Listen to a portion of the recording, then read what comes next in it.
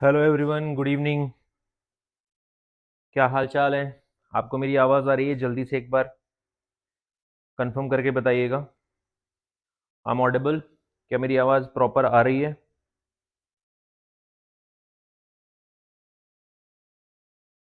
Check करके बताएंगे एक बार जल्दी से। गुड इवनिंग अमन, गुड इवनिंग एवरीवन। जो लोग हमारे चैनल पे नए हैं जल्दी से क्लास को अपने दोस्तों के साथ शेयर कर दीजिए। Good evening, very good evening. Okay fine. चलिए, आज का चैप्टर बहुत इंटरेस्टिंग और न्यूमेरिकल पोर्शन होने वाला है। और आज का चैप्टर है अकाउंटिंग इक्वेशन के ऊपर बेस्ड। ठीक है। ये चैप्टर ये बताता है कि हमारा जो ड्यूलिटी कॉन्सेप्ट है, उस ड्यूलिटी कॉन्सेप्ट को अकाउंटिंग किस तरीके से फॉलो करती है, कैसे ड्यूलिटी कॉन्सेप्ट यानी डेबिट और क्रेडिट के बराबर होता है, या assets always equals to capital plus liability कैसे होती है। तो उसी कॉन्सेप्ट्स को हम इस क्लास में डिटेल में समझेंगे। कुछ न्यूमेरिकल क्वेश्चंस भी हम यहाँ पे लगाने वाले हैं। ठीक है। क्लास लगभग 1 से 1.25 घंटे 1.5 घंटे तक की हो सकती है। तो डिपेंड्स ऑन अंडरस्टैंडिंग कि आप कितनी जल्दी समझते हैं। और बढ़िया चैप्टर रहेगा। ये आपके वो डाउट्स खत्म कर देगा कि डेबिट और क्रेडिट बराबर कैसे होते हैं। दूसरा डाउट कि एसेट्स हमेशा कैपिटल प्लस लाइबिलिटी के बराबर कैसे होता है। ठीक है। तीसरा, आप जो अकाउंट्स को एक नॉर्मल चीज समझते हो, आप साइंस समझने लगोगे इसको। ठीक है, कि अकाउंट्स का एक प्रॉपर साइंस है जो फॉलो होता है। ठीक है, जिसको हम ड्यूलिटी कॉन्सेप्ट से डबल एंट्री सिस्टम बोलते हैं। ठीक है, या बाइनरी सिस्टम बोलते हैं। तो चलिए हम स्टार्ट करते हैं। ठीक है, अगर अभी तक चैनल को सब्सक्राइब नहीं किया तो जल्दी से सब्सक्राइब कर दीजिए और अपने दोस्तों के साथ शेयर कर दीजिए। ठीक है, और इससे पहले हमारा ये लेक्चर नंबर 6 है। इससे पहले लेक्चर नंबर 1 से लेकर 5 तक के जो बेसिक थियरी चैप्टर थे वो ऑलरेडी हमने लाइव क्लास में कवर कर लिए। अगर आप चाहें तो प्लेलिस्ट में जाकर आप उनको देख सकते हैं। लेक्चर नंबर 1 से लेकर लेक्चर नंबर 5 ऑलरेडी कवर हो चुका है। हमारी क्लासेस जैसे कि आप सभी को पता है, टीटीएस में 11th होता है, यानी Tuesday Thursday and Saturday 11th चलता है शाम को 8 बजे से। और एमडब्ल्यूएफ में हम क्लास 12 कवर करते हैं। ठीक है। यहाँ पर अगर आप किसी बुक की बात करें तो मैं टीएस ग्रेवाल से फिलहाल में जो क्वेश्चंस मैं पिक करता हूँ, इसके अलावा कुछ और बुक के भी होते हैं, लेकिन most of the question TS Grewal से होते हैं। ठीक है। अगर बुक का कुछ नहीं होता है गाइस, ठीक है, मेरे पास जो अवेलेबल क्वेश्चन होते हैं, ठीक है, आप जो भी बुक प्रेफर करना चाहते हैं, आपकी जो भी बुक है, मेन होते हैं कॉन्सेप्ट, और जो कॉन्सेप्ट हम डीप में डिस्कस करते हैं। और यहाँ पे सिर्फ क्वेश्चंस मैं किसी एक पर्टिकुलर बुक के ले सकता हूँ, बाकी कॉन्सेप्ट सभी बुक्स में एक जैसे होते हैं। ठीक है, ऑलमोस्ट किसी भी बोर्ड के आप स्टूडेंट हो, सारे क्वेश्चंस और कॉन्सेप्ट्स एक जैसे होते हैं। बस आप ये दिमाग से निकाल दीजिए कि आप हमारी बुक से कराइए। अगर इस तरीके से देखूंगा तो लगभग लगभग ज़्यादा नहीं तो जितने बोर्ड हैं, उन बोर्ड्स में कम से कम 3-3 4-4 राइटर्स की बुक फेमस है। ठीक है, अगर इंडिया में, अगर जो हमारे हिंदी बेल्ट के अगर राज्यों की बात करें तो 5 से 7 राज्य हैं। तो अगर इस तरीके से देखोगे तो आप लगभग लगभग 30-35 बुक्स बनेंगी। वो पॉसिबल नहीं है। कॉन्सेप्ट वाइज देखोगे तो डबल एंट्री सिस्टम सेम है, चाहे वो किसी भी बोर्ड का हो, स्टेट बोर्ड का हो या सीबीएसई बोर्ड का हो, या फिर एनसीईआरटी की हम बात करें। ठीक है, तो चलिए स्टार्ट करते हैं। तो सबसे पहले हम समझेंगे क्या meaning. The accounting equation is the foundation of the entire accounting system. ठीक है, यहीं से क्यों ये चैप्टर शुरू होता है, क्योंकि ये जो दिमाग में हमारे एक डाउट होता है ना कि डेबिट क्रेडिट के बराबर कैसे होता है, या एसेट्स, सुना है हमने सर कि एसेट्स कैपिटल और लाइबिलिटी के बराबर होती है। तो ये जो फाउंडेशन है हमारा, यहीं से ये जो इक्वेशन फ्रेम होती है, एसेट्स कैपिटल प्लस लाइबिलिटी के बराबर होती है, इसीलिए इसको फाउंडेशन कह सकते हैं of the entire accounting system. It shows that every business transaction affect at least 2 account. ठीक है, इसीलिए जो डेबिट और क्रेडिट का जो कॉन्सेप्ट है ना, एटलीस्ट कोई भी ट्रांजेक्शन एटलीस्ट 2 अकाउंट्स पर इंपैक्ट डालेगा, इसीलिए इसको डबल एंट्री सिस्टम भी बोलते हैं। एटलीस्ट 2 बोल रहा है, यानी मोर देन 2 भी हो सकते हैं। लेकिन याद रखना, अमाउंट के मामले में अगर 500 डेबिट हो रहा है तो 500 ही क्रेडिट होगा। वो अलग अलग फॉर्मेशन में हो सकता है, जैसे क्रेडिट हो सकता है 100 प्लस 50 प्लस 30 प्लस 20, कितना हो गया भाई, 200 हुआ, प्लस 300, इतनी सारी चीजें मिलकर। लेकिन 500 अगर डेबिट हो रहा है तो 500 ही क्रेडिट होगा। ये एक फंडा है। एटलीस्ट 2 अकाउंट होंगे ही होंगे, अगर 500 डेबिट है तो 500 क्रेडिट होगा ही होगा। ठीक है, 2 accounts, and therefore the equation always remains balance. And basic accounting equation क्या है हमारी, assets always equals to capital liability plus capital, या कैपिटल प्लस लाइबिलिटी। ठीक है, अब सर ये कैसे पॉसिबल है कि लाइबिलिटी और कैपिटल को मिला दो तो एसेट्स है। आपसे एक सिंपल सा क्वेश्चन मैं पूछता हूं, आपने आज तक जो भी एसेट, अब आपको एसेट तो समझ में आ गया होगा, क्योंकि अगर आपने मेरे पिछले लेक्चर्स देख लिए तो एसेट्स तो होप सो कि आपको क्लियर होगा। ठीक है, एसेट्स क्लियर होगा डेफिनेटली। तो अगर आपने मेरे पिछले लेक्चर देखे हैं तो एसेट्स कोई भी आज तक आपके घर में भी बहुत सारे एसेट होंगे, लाइक सबसे कॉमन चीज की बात करते हैं, या तो कोई बाइक होगी या कार होगी। आपने उस चीज को किस तरीके से खरीदा होगा? खरीदा कैसे होगा? या तो आपने खुद का पैसा लगाया होगा या आपने कुछ लोन लिया होगा। ठीक है, इस तरीके से कार आपके घर पर आई होगी। ठीक है, जैसे मैंने कार की बात की। ठीक है, ये भाई ये अपन ने 4 पहिए लगा दिए। ठीक है, 4 पहिए की अपन ने एक कार खरीदी है। ठीक है, इस कार को खरीदने में, ड्राइंग मेरी बहुत अच्छी है ना, बोलो यस। ठीक है, ठीक है, बताओ भाई कितने, 40 लाख की कर दें? ओके, 40 लाख की कार कर देते हैं। कार क्या है आपके लिए? कार एक एसेट है। कार क्या है? एक एसेट है। ठीक है, एसेट की कैटेगरी में एसेट्स नहीं लिखकर एसेट बोलते हैं उसको। ठीक है, कार क्या है? एक एसेट है, संपत्ति है। इस संपत्ति को आपने खरीदा होगा 2 तरीके से, या तो कुछ खुद का पैसा लगाया होगा, अगर लाइक डाउन पेमेंट। ठीक है, और कुछ पैसा अगर आपने लोन लिया होगा और कार आपके घर आ गई होगी। ठीक है, तो हम कह सकते हैं कि कार अगर मेरी एसेट है, अब 40 लाख में से 10% सपोज करो आपने खुद पैसा लगाया, जो खुद पैसा लगाओगे 4 लाख रुपए, वो बन जाएगा ओन्ड फंड या इक्विटी या कैपिटल। और जो 36 लाख रुपए का आपने लोन लिया, ये लोन क्या बन जाएगी? आपकी लाइबिलिटी। ठीक है, तो कोई भी एसेट्स, अब ये वाला फॉर्मूला आप कहीं पर भी फिट करके देख लो। ठीक है, कोई भी चीज। सर ऐसा भी तो हो सकता है कि हमने नगद खरीदी हो कार, बिल्कुल हो सकता है, बिल्कुल हो सकता है। आपने 40 लाख की कार नगद खरीदी, तो बेटा ये कुछ नहीं होगा, यहां पे एक जीरो और बढ़ा दो। ठीक है, ये आपकी कैपिटल के बराबर है। इसीलिए कैपिटल को लाइबिलिटी, या इसको हम इनसाइडर्स क्लेम बोल सकते हैं, या हम कह सकते हैं ओनर्स क्लेम बोल सकते हैं। ओनर का पैसा है ये। ठीक है, तो ओनर का पैसा बिजनेस के लिए हमेशा क्या रहता है? लाइबिलिटी साइड जाता है, वो लाइबिलिटी ओनर्स क्लेम होता है, आउटसाइडर की तरह उसको ट्रीट किया जाता है। अगर हमने यहाँ पर सेपरेट एंटिटी कॉन्सेप्ट अगर हमने पढ़ा था, अगर आपको याद होगा, तो यहाँ पर बिजनेसमैन जो भी पैसा लगाता है, बिजनेस में जो भी पैसा लगाता है, तो बिजनेस और बिजनेसमैन दोनों क्या होते हैं बेटा? डिफरेंट होते हैं। तो इसीलिए ये जो पैसा बिजनेस में लगाता है, इसे कैपिटल कहा जाता है। और इस कैपिटल से बिजनेस क्या करता है? उस कैपिटल से बहुत सारे एसेट खरीदता है। इसलिए always assets equals to capital plus liability. अगर हमारे पास पैसा नहीं है तो हम लोन लेंगे, लोन लेंगे तो लाइबिलिटी जनरेट हो जाएगी। अगर हमने अपना खुद का ही पैसा बहुत लगाया तो लोन लेने की जरूरत ही नहीं है। ये लो हटा दो ना इसको, क्या जरूरत है लोन लेने की? बताओ, आपकी कार आई 40 लाख में और उसके लिए आप क्या बोलोगे? नगद खरीदी है भाई। ठीक है, नगद खरीदिए। लेकिन सर नगद खरीदिए तो ये लाइबिलिटी क्यों होगी? हम यहाँ पर बिजनेस की बात कर रहे हैं। ये सेपरेट एंटिटी जो कॉन्सेप्ट होता है, ठीक है, यहाँ पर क्या बोलता है?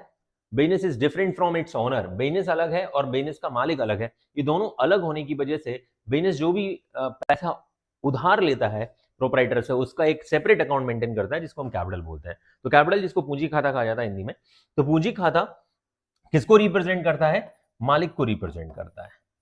ठीक है, किसको रिप्रेजेंट करता है? मालिक या ओनर को रिप्रेजेंट करता है। इसी को शार्क टैंक वगैरह में आपने इक्विटी वर्ड भी सुना होगा कि हम इतने परसेंट इक्विटी इतने में खरीद लेंगे। ठीक है, तो जो इक्विटी होती है वो नॉर्मली कैपिटल होती है।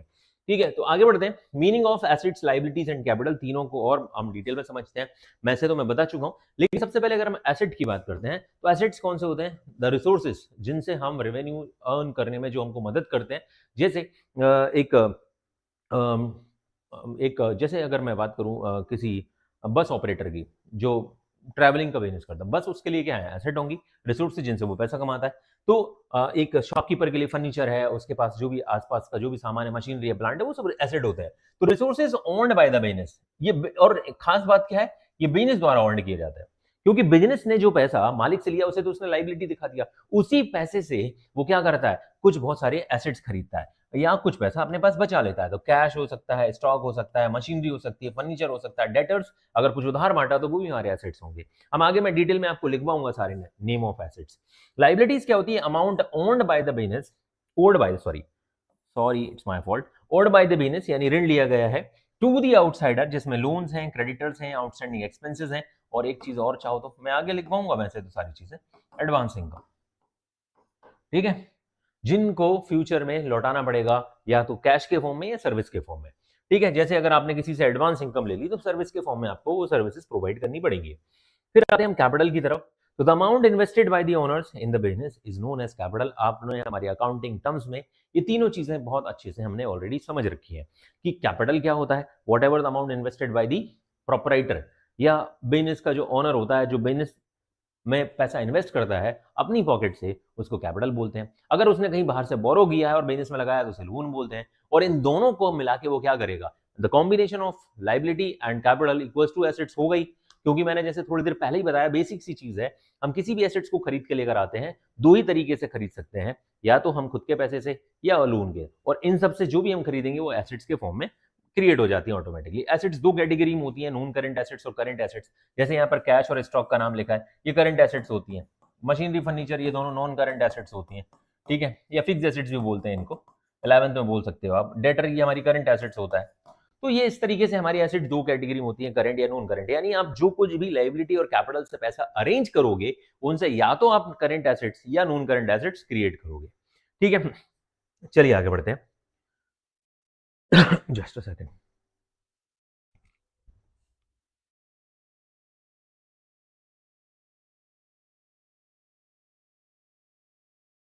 Okay, why does the accounting equation always balanced? ठीक है, कि क्यों ऐसा होता है कि एसेट्स हमेशा कैपिटल प्लस लायबिलिटी के बराबर ही रहती है।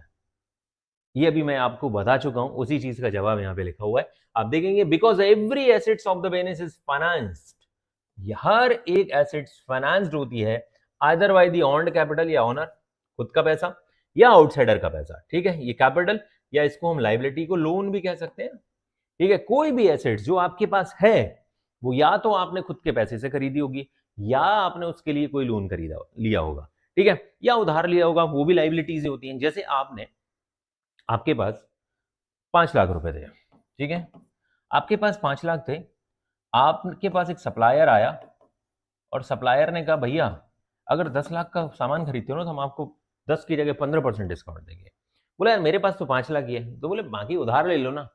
तो आपने कहा ठीक है भाई दे दो 10 लाख का सामान। तो हमने परचेज कितने का कर लिया?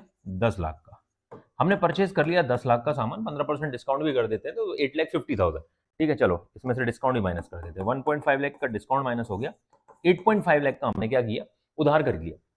अब 5 लाख तो मेरे पास नगद थे तो 5 तो मैंने उसको दे दिए, बाकी 3.5 लाख का क्या है, इससे मैंने क्या क्रिएट की, लायबिलिटी। क्योंकि ये स्टॉक क्या होगा, ये मेरे पास क्या आके बन गया, स्टॉक, ये मेरी एसेट्स बन गया, ठीक है, ये मेरी एसेट्स बन गया।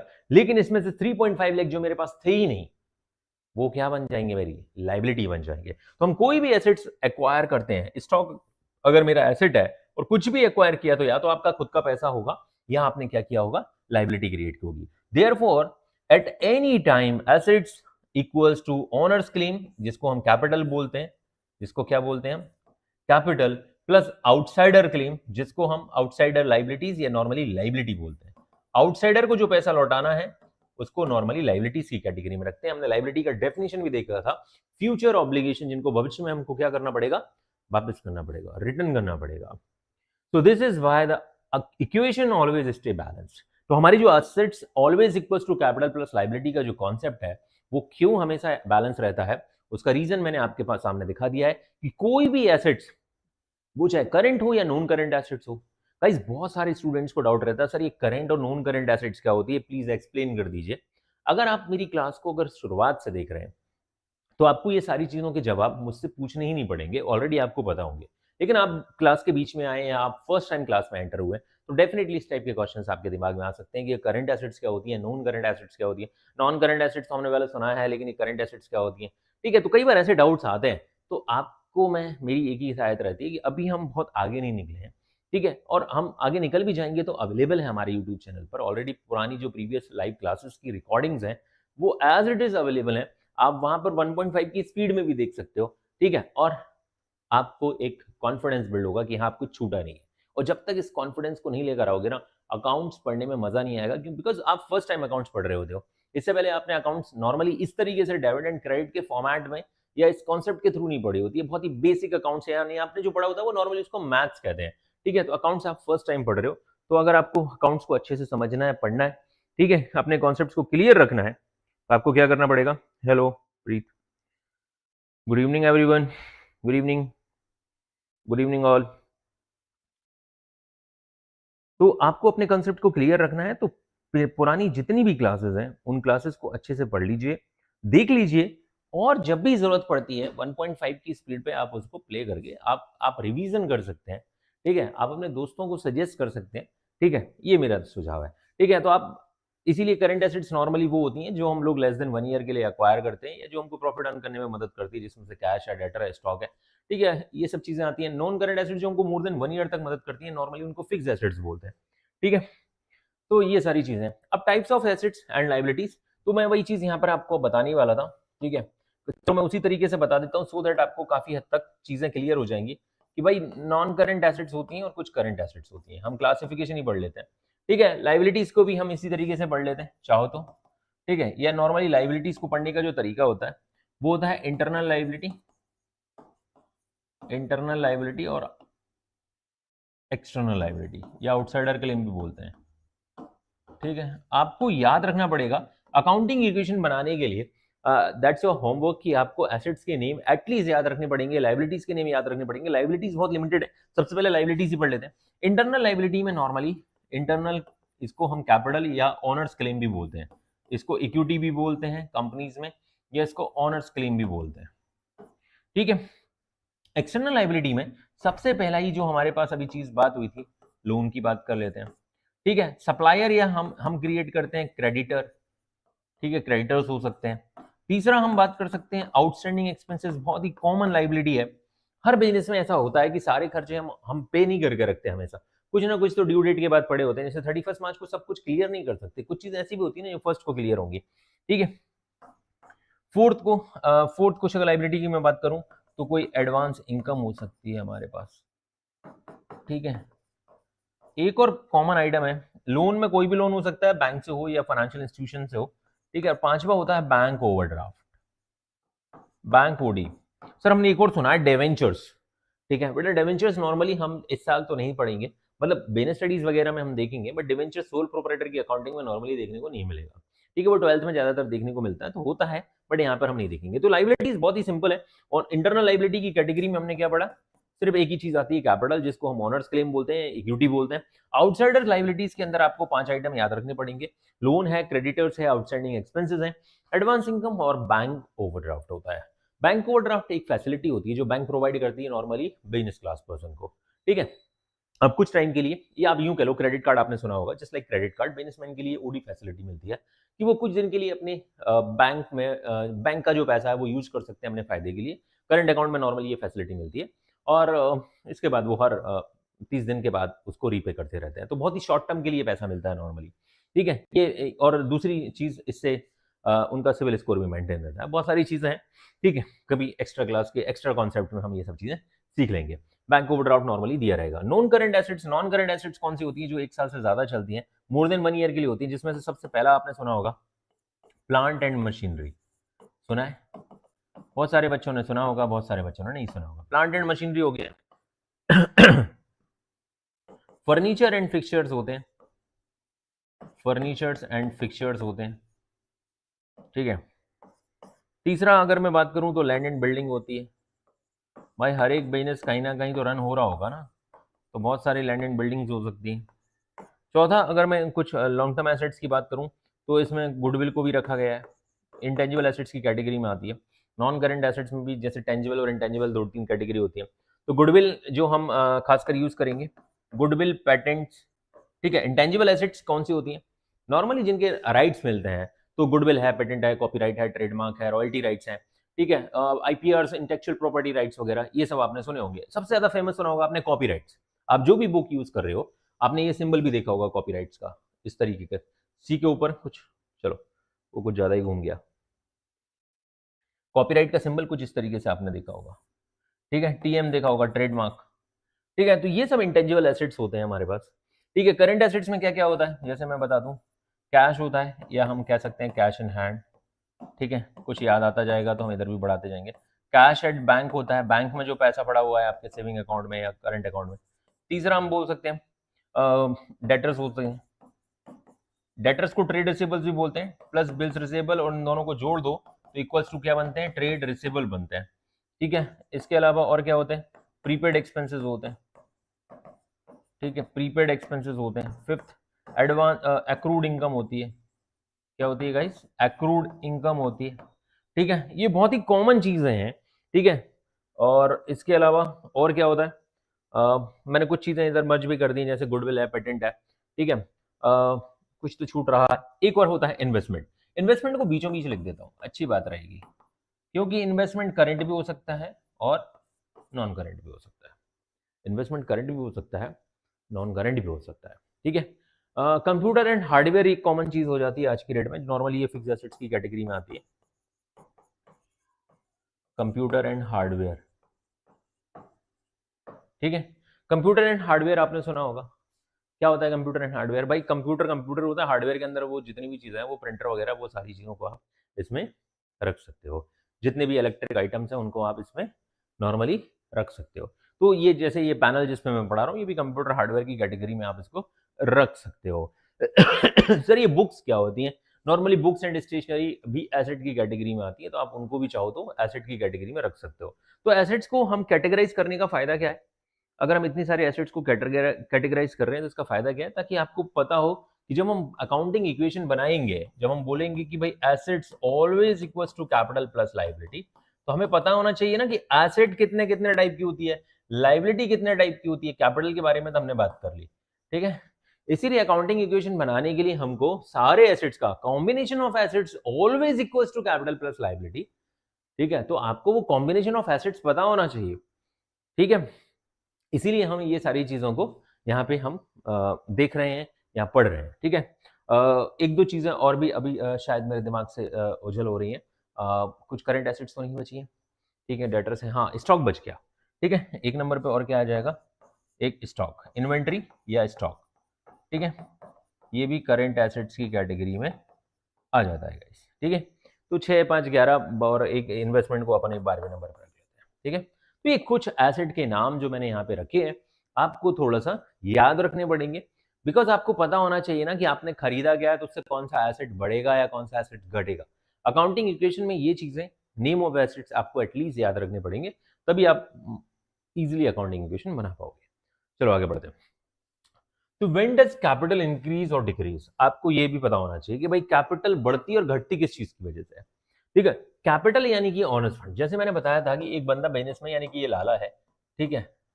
लाला लाला ने लाला की दुकान में पैसा लगाया। हमारी दुकान का नाम क्या था? LKD, ठीक है। लाला की दुकान, लाला की दुकान में जो पैसा लगाया है वो है कैपिटल। तो भाई कैपिटल, सबसे कॉमन चीज कैपिटल बढ़ती किससे? पैसा लगाने से। साथ ही साथ घटती किससे है? ड्राइंग से घटती है, ड्राइंग से ऑनर्स। इसके अलावा दो चीजें और आपको याद रखना है। कैपिटल प्रॉफिट की वजह से बढ़ती है और लॉस की वजह से घटती है, ठीक है। सबसे कॉमन चीज कैपिटल बढ़ती किस चीज की वजह से? इन्वेस्ट करने की वजह से और प्रॉफिट की वजह से। कम किस वजह से होती है? या तो ड्राइंग की, आपने पैसा निकाल लिया, या दूसरी चीज लॉस हो गया। तो कैपिटल इंक्रीज व्हेन, एक तो कैपिटल इन्वेस्टेड या फर्दर कैपिटल इन्वेस्ट किया हो आपने, ठीक है। दूसरा कैपिटल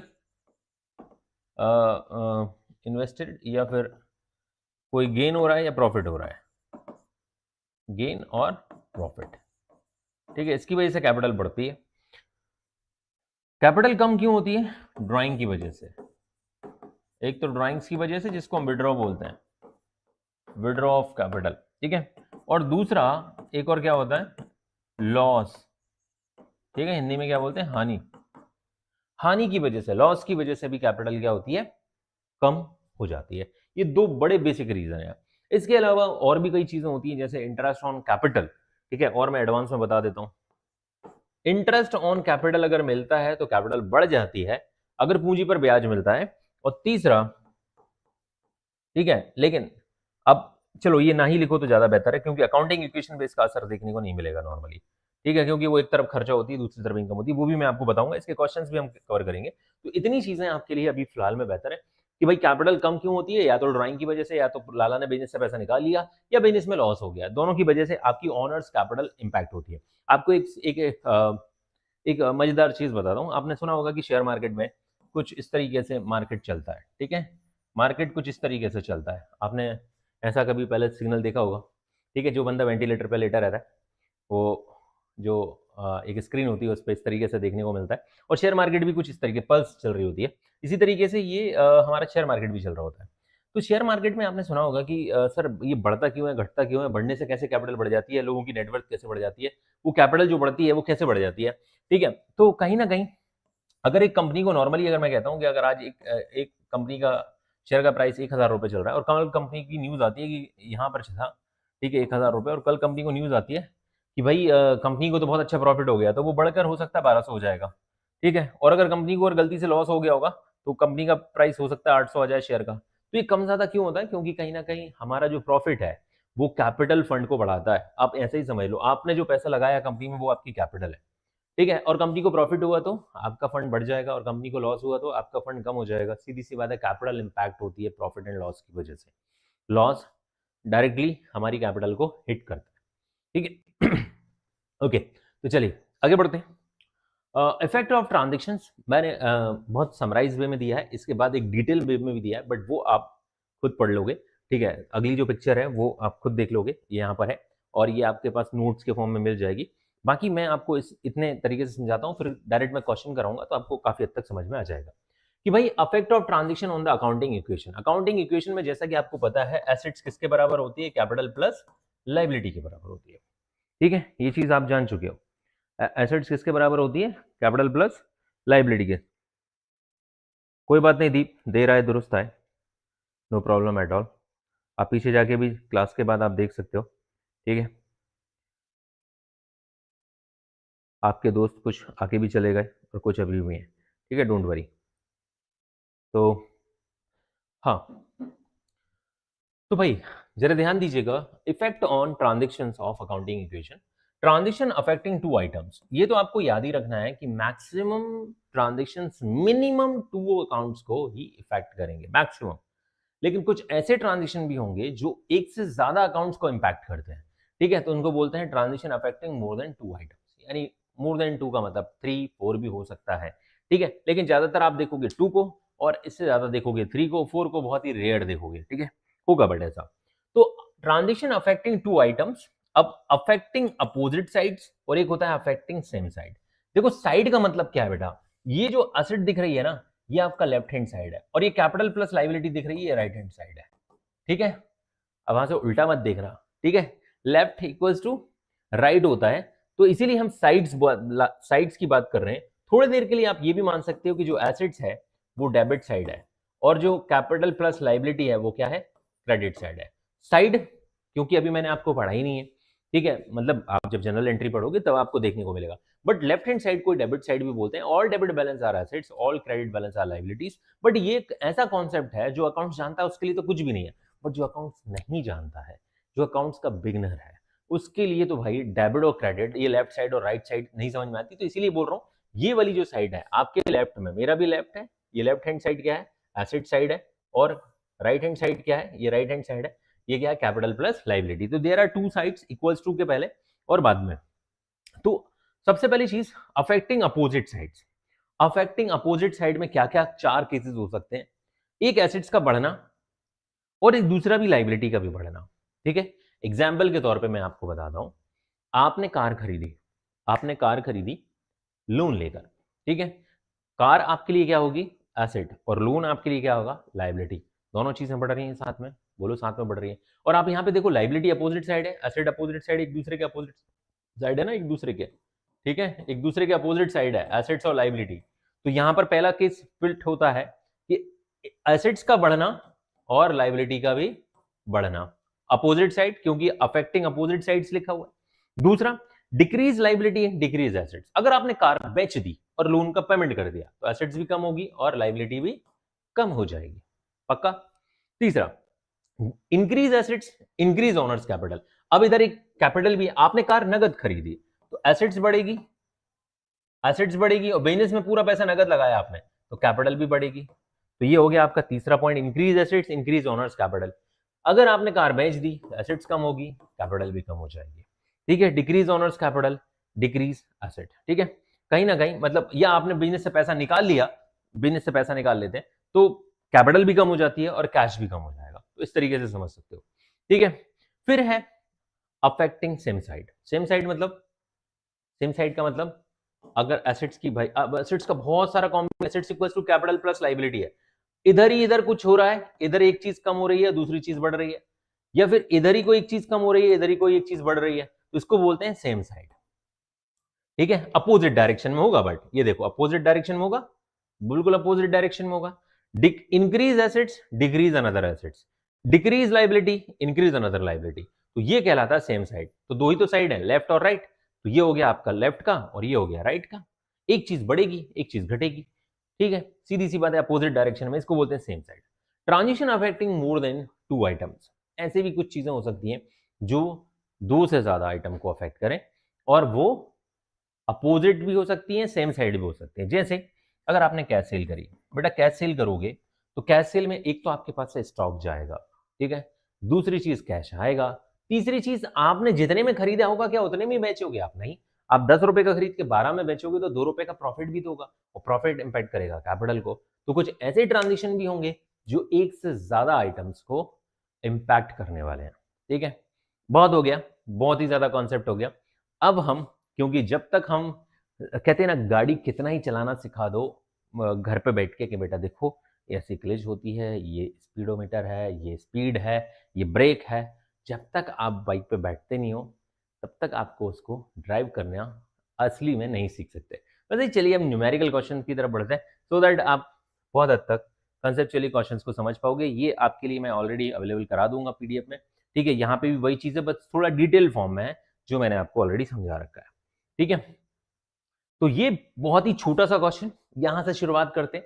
अकाउंटिंग इक्वेशन का फॉर्मेट कुछ इस तरीके से होगा, आप यहाँ पर सीरियल नंबर लिखेंगे, सीरियल नंबर उतना ही, देखो बहुत सारे बच्चे फॉर्मेट बनाना ही नहीं जानते, ठीक है। फॉर्मेट बनाने के लिए सबसे पहली रिक्वायरमेंट आपकी अकाउंट्स का जो बंदा होता है ना, स्केल उसके पास, पेंसिल उसके पास और इरेजर, ये 3 चीजें तो आप रख ही लेना, ठीक है। सर इरेजर तो बचपन में हमने देखा था, तब से देखा ही नहीं है। अगर ऐसा है ना तो बेटा अब देखने का समय आ गया, क्योंकि कई बार क्या होता है फॉर्मेट बड़ा बन जाता है तो उसे छोटा करना होता है, छोटा रहता है तो उसको एक्सटेंड करना रहता है। तो पेंसिल वगैरह से ही आप फॉर्मेट बनाओ तो बेहतर रहेगा, ठीक है। पेन से भी बना सकते हो बट वो दिक्कत देता है, ठीक है। तो एक तो बढ़िया स्केल, दूसरा आपका पेंसिल हो गया, इरेजर, ठीक है, ये 3 चीजें रख लेना। और पेंसिल जो है आप आपकी कॉपी के हिसाब से, वैसे जो आधा फुट का होता है, 6 इंच का जो होता है वो स्केल भी ठीक होता है, बट मैं कहूँगा कि आप मार्केट में 1 फुट वाला आता है, बहुत सारे बच्चे वो कमर्शियल स्केल खरीद लेते हैं स्टील वाला, आपको पता होगा उस पर लिखा रहता है ओनली कमर्शियल यूज़, ठीक है, वो स्टूडेंट्स के लिए नहीं रहता, लेकिन बहुत सारे बच्चे होशियारी दिखाकर वो वाला स्केल ले जाते हैं, बोले ऐसा स्केल खरीदा है पूरी कॉमर्स जर्नी खत्म कर दूंगा, सीए बन जाऊंगा इसी स्केल से, है ना। लेकिन बेटा वो अलाउ नहीं होता है, वो कमर्शियल लेवल का है, ठीक है, उसको यूज़ मत किया करो। प्लास्टिक का आता है बढ़िया, किसी भी ब्रांड का खरीद लो, नटराज का, अप्सरा का, और भी जितने भी आते हैं, ठीक है। और बढ़िया अपने रजिस्टर में रखो उसको सेफ, और जो रजिस्टर है बढ़िया वो भी थोड़ा सा A4 साइज का ही खरीदना, सो दैट उसके अंदर स्केल भी आ जाएगा और आपके प्रॉपर लेजर्स और ये फॉर्मेट बन पाएंगे, ठीक है। तो चलिए, इसमें सीरियल नंबर होता है, ट्रांजेक्शन्स होता है, यहाँ पे ट्रांजेक्शन्स को लिखना होता है, जो भी ट्रांजेक्शन होगा, क्योंकि accounting is the language of numbers, आपको पता ही होगा, बट हमने बोला था कि बिजनेस ट्रांजेक्शन्स को रिकॉर्ड करते हैं, तो अकाउंटिंग इक्वेशन में भी ट्रांजेक्शन्स होंगे, और इन्हीं ट्रांजेक्शन्स को बाद में हम जर्नल में रिकॉर्ड करेंगे, देन लेजर में, देन पोस्टिंग करेंगे, बैलेंसिंग करेंगे, फिर ट्रायल बैलेंस बनाएंगे, फाइनल अकाउंट्स बनाएंगे। तो ट्रांजेक्शन से ही शुरुआत होती है, बिजनेस ट्रांजेक्शन्स को रिकॉर्ड करने की लैंग्वेज को ही तो अकाउंटिंग कहते हैं। तो ट्रांजेक्शन्स होंगे, यहाँ पर हमारे साथ सबसे पहले ऊपर हेडिंग डाल देते हैं, हम क्या बनाने जा रहे हैं, अकाउंटिंग इक्वेशन, ठीक है। हिंदी में इसको बोलते हैं लेखांकन समीकरण, क्या बोलते हैं इसको, लेखांकन। कुछ हमारी हिंदी ऑडियंस भी रहती है तो उसके लिए मैंने आपको बता दिया लेखांकन समीकरण, ठीक है। संपत्ति, एसेट्स को बोलते हैं संपत्तियां, कैपिटल को पूंजी बोलते हैं, और लायबिलिटी को दायित्व बोलते हैं, ठीक है। तो ट्रांजैक्शंस को किस तरीके से इंपैक्ट करेंगे, अब जरा आपके सामने लिखा है what will the effect of the following on the accounting equation, started business with cash. आप सोच के देखिए, 2 चीजें आपको यहाँ पे सोचनी है, पहली और दूसरी क्या, कि वो कौन से 2 अकाउंट्स हैं, कौन से 2 आइटम हैं जिनके ऊपर इंपैक्ट आएगा। आप जब बिजनेस कैश से स्टार्ट करोगे तो एक तो कैश इंपैक्ट होगा बिजनेस के लिए। ये बिजनेस के लिए कैश क्या है, बिजनेस के लिए कैश क्या है बताइए, बिजनेस के लिए कैश एक एसेट है, ठीक है। जब मालिक ने इस बिजनेस में पैसा डाला 45,000 तो वो एसेट हो गया। दूसरी तरफ मालिक का हिसाब भी रखना पड़ेगा, तो दूसरी तरफ ये पैसा किसको रिप्रेजेंट कर रहा है, कैपिटल को। बिजनेस क्या बोल रहा है कि ये कैपिटल तो मेरे लिए लायबिलिटी है, ठीक है। तो अब इस ट्रांजेक्शन्स को यहां पे लिखते हैं, heading business starts with cash, जितना शॉर्ट में हो सके लिख सकते हो आप, कोई दिक्कत नहीं होगी। बिजनेस स्टार्ट्स विथ कैश ₹45,000, ठीक है। कितना हो गया, अब यहां पर मेरे पास पहली एसेट्स का नाम क्या होगा, कैश। ये मैंने जो एक और लाइन बनाई हुई है सब एसेट्स के नाम, जैसे मैंने बताया ना बहुत सारे एसेट्स होते हैं, कैश होता है, बैंक बैलेंस होता है, डेटर्स होते हैं, प्लांट मशीनरी फर्नीचर फिक्चर्स, बहुत सारे एसेट्स होते हैं। ठीक है, तो यहाँ पर दूसरी चीज हमने क्या लगाई, कैपिटल के नीचे आप चाहो तो क्या लिख सकते हो, कैपिटल ही लिख सकते हो, क्योंकि इसका कोई फर्दर क्लासिफिकेशन होता नहीं है। ठीक है, कैपिटल तो कैपिटल ही रहेगी। ठीक है, अब दूसरी चीज, दूसरा ट्रांजिशन को भी यही लिखते हैं, open a bank account with deposit. ठीक है, अब हमने क्या किया, open a bank account, open a bank account कितना, ₹4500। अब मुझे ये बताइए, जब आप बैंक अकाउंट ओपन करने जाते हो और बैंक वाले बोलते हैं कि भाई साहब आपके पास बैंक अकाउंट है, बोले नहीं, तो ठीक है, बैंक अकाउंट खोलने का 4,500 लगेगा, हमारे अकाउंट में मिनिमम 4,500 डिपॉजिट करना पड़ेगा, बैंक को देना पड़ेगा आपको। तो आप क्या करोगे, आपके पास से क्या होगा, आपके पास 45,000 है, 45,000 में से 4,500 कम हो जाएंगे, और आपके पास एक नई एसेट्स क्रिएट होगी, बैंक। इस चीज से आपको समझ में आया कि दो चीजें कौन कौन सी इंपैक्ट होगी, एक तो कैश इन हैंड, आपके पास में जो कैश इन हैंड है वो कम हो जाएगा, दूसरी चीज आपका बैंक में कैश एट बैंक क्या हो जाएगा, बढ़ जाएगा। तो थोड़ी देर पहले जो मैंने आपको चीज बताई थी, क्या चीज बताई थी, आपको मैं प्रूफ भी कर देता हूं, दिखा देता हूं। मैंने क्या बताया था, सेम साइड अपोजिट डायरेक्शन, क्या हो रहा है, इन एक एसेट्स बढ़ रही है, कैश बैंक बढ़ रहा है, और दूसरा कैश इन हैंड कम हो रहा है, और दोनों ही एसेट है, ये आपको मैं पहले बता चुका हूं। ठीक है, ये कैश इन हैंड और कैश एट बैंक दोनों ही एसेट्स है, इसलिए आपको आइटम्स के नाम याद रखने पड़ेंगे, बहुत जरूरी है। बच्चों को नाम ही नहीं याद रहते, ठीक है, बच्चों को नाम नहीं याद रहते, इसलिए वो कॉन्सेप्ट जो है बहुत ही ज्यादा लेंदी हो जाता है, और फिर बोलते हैं कि वो सर अकाउंटिंग इक्वेशन नहीं बन रहा है। ठीक है, कैसा साइंस है भाई, ये साइंस सिंपल है, इस साइंस को समझने के लिए आपको एसेट्स के नाम याद रखिए। ठीक है, अगला स्टेप क्या होगा, एसेट्स के नाम को याद रखने के साथ साथ आप ये अफेक्ट याद रखिए, तीसरी चीज फिर थोड़ी सी प्रैक्टिस कर लीजिए। तो भाई बैंक बैलेंस कितने से बढ़ जाएगा, 4,500 से बढ़ जाएगा, बताइए। ठीक है, समझ में आया। अब जैसे ही दो ट्रांजिशन कंप्लीट होते हैं, हमको क्या बनानी होती है, हमको बनानी होती है न्यू इक्वेशन। ठीक है, न्यू इक्वेशन। अब बताइए मुझे कितना हो जाएगा, ये 40,500 हो जाएगा, प्लस 4,500 हो जाएगा। ठीक है, और इधर तो कुछ था नहीं, तो ये तो 4,500 ही रहेगा, 45,000 ही रहेगा। अब मुझे बताइए, क्या ये वाला जो कॉन्सेप्ट था, assets always is equals to capital plus liability, अभी तो फिलहाल में लाइबिलिटी जीरो है। ठीक है, लाइबिलिटी जीरो है, देखना थोड़ी देर में खत्म हो जाएगी, लाइबिलिटी जीरो है ना, तो ये फुलफिल हो रहा है। आप इन दोनों का टोटल करिए, इन दोनों का टोटल करिए, कितना हो रहा है, 45,000 इज इक्वल्स टू कितना हो रहा है, 45,000, बराबर है ना बात।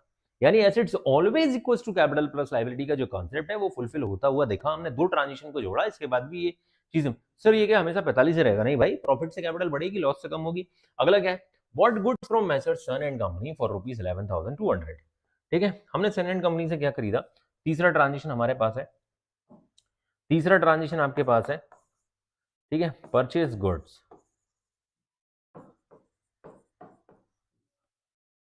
From son and company, from S&C। ठीक है, हमने कितने का गुड्स खरीदा, 11,200 रुपए का गुड्स खरीदा। आप सोच के देखिए कौन से दो अकाउंट इंपैक्ट होंगे। सबसे पहले तो जब आप कोई चीज खरीद के लेकर आते हो, अगर आप गुड्स खरीद रहे हो, तो जब गुड्स को मैंने क्या बोला था, जब गुड्स खरीदा जाएगा तो उसे परचेस कहा जाएगा, लेकिन नॉर्मली परचेस करने के बाद वो गोडाउन में रखा जाएगा, तो उससे हमारे पास क्या इंक्रीज होगा, गोडाउन में स्टॉक इंक्रीज होगा, बिल्कुल इंक्रीज होगा। कितने से इंक्रीज होगा, क्या कैश कम होगा, क्या कैश कम होगा, खुद सोच के देखिए। अगर bought goods from messrs son and company, कहीं पे लिखा है कि कैश में पेमेंट किया, नहीं लिखा ना, कंपनी का अगर नाम दिया हो, यही चीजें प्रैक्टिस करने से आती हैं। If name of the company supplier is given but there is no information about the cash और क्रेडिट ट्रांजेक्शन, तो कंपनी का नेम तो दिया है ना, तो आप क्या मान लोगे, उधार खरीदा होगा। 11,200 से आपने स्टॉक खरीदा, इधर एक चीज क्या बढ़ेगी, अब हमारे पास सप्लायर भी लिख सकते हो, या नॉर्मली जब हम उधार जिनसे खरीदते हैं उनको क्या बोलते हैं, क्रेडिटर्स बोलते हैं। तो आप यहाँ पर क्रेडिटर बढ़ा दोगे, कितने के क्रेडिटर बढ़ जाएंगे, 11,200 रुपए के क्रेडिटर बढ़ जाएंगे। ठीक है, क्या बढ़ गया बेटा, 11,200 रुपए का क्रेडिटर यहाँ पर बढ़ गया। अब आपको जैसे ही, अब दो ट्रांजेक्शन हो गए, सर दो कहाँ हुए, अभी तो एक ही हुआ है। अरे भाई एक न्यू इक्वेशन भी तो थी, इसको क्यों बोल रहे हो। अब आप वैसे भी क्वेश्चन में सिर्फ 3 ही ट्रांजेक्शन थे, तो न्यू इक्वेशन फिर से बनाते, 40,500 plus 4,500 plus 11,200 is equals to 45,000 plus 11,200, ठीक है। अब इसका टोटल करना है तो टोटल कर दीजिए, ठीक है। चलिए टोटल भी दिखा देते हैं आपको, भाई टोटल कर दीजिए जल्दी से। टोटल कितना हो जाएगा, इन सबका टोटल करेंगे आप 45 और 10 56,200 हो जाएगा। इस सेट का टोटल कितना हो जाएगा, 56,200, क्योंकि ये सब के सब क्या है, कॉम्बिनेशन ऑफ एसेट्स। एसेट्स को ही हमने क्लासिफाई किया था कैश, बैंक और स्टॉक में। इन तीनों को जोड़ेंगे तो क्या होंगे, इन सब का कॉम्बिनेशन क्या है, एसेट ही तो कहलाता है। तो 56,200, और इसको आप लिखना लिखो तो लिखो, नहीं तो इसको इस तरीके से लिखना है, क्योंकि 45,000 की कैपिटल है और 11,200 का ये है। आप चाहो तो इसका भी टोटल कर सकते हो, 56,200 ही आएगा गाइस, ठीक है। बट करने की जरूरत नहीं रहती, क्योंकि हमें नॉर्मली आंसर किस फॉर्मेट में देना होता है, किस फॉर्मेट में देना होता है, assets equals to capital plus liability के फॉर्मेट में हमको आंसर देना होता है। होप सो आपको समझ में आ गया होगा, ठीक है। यहां तक कोई कंफ्यूजन?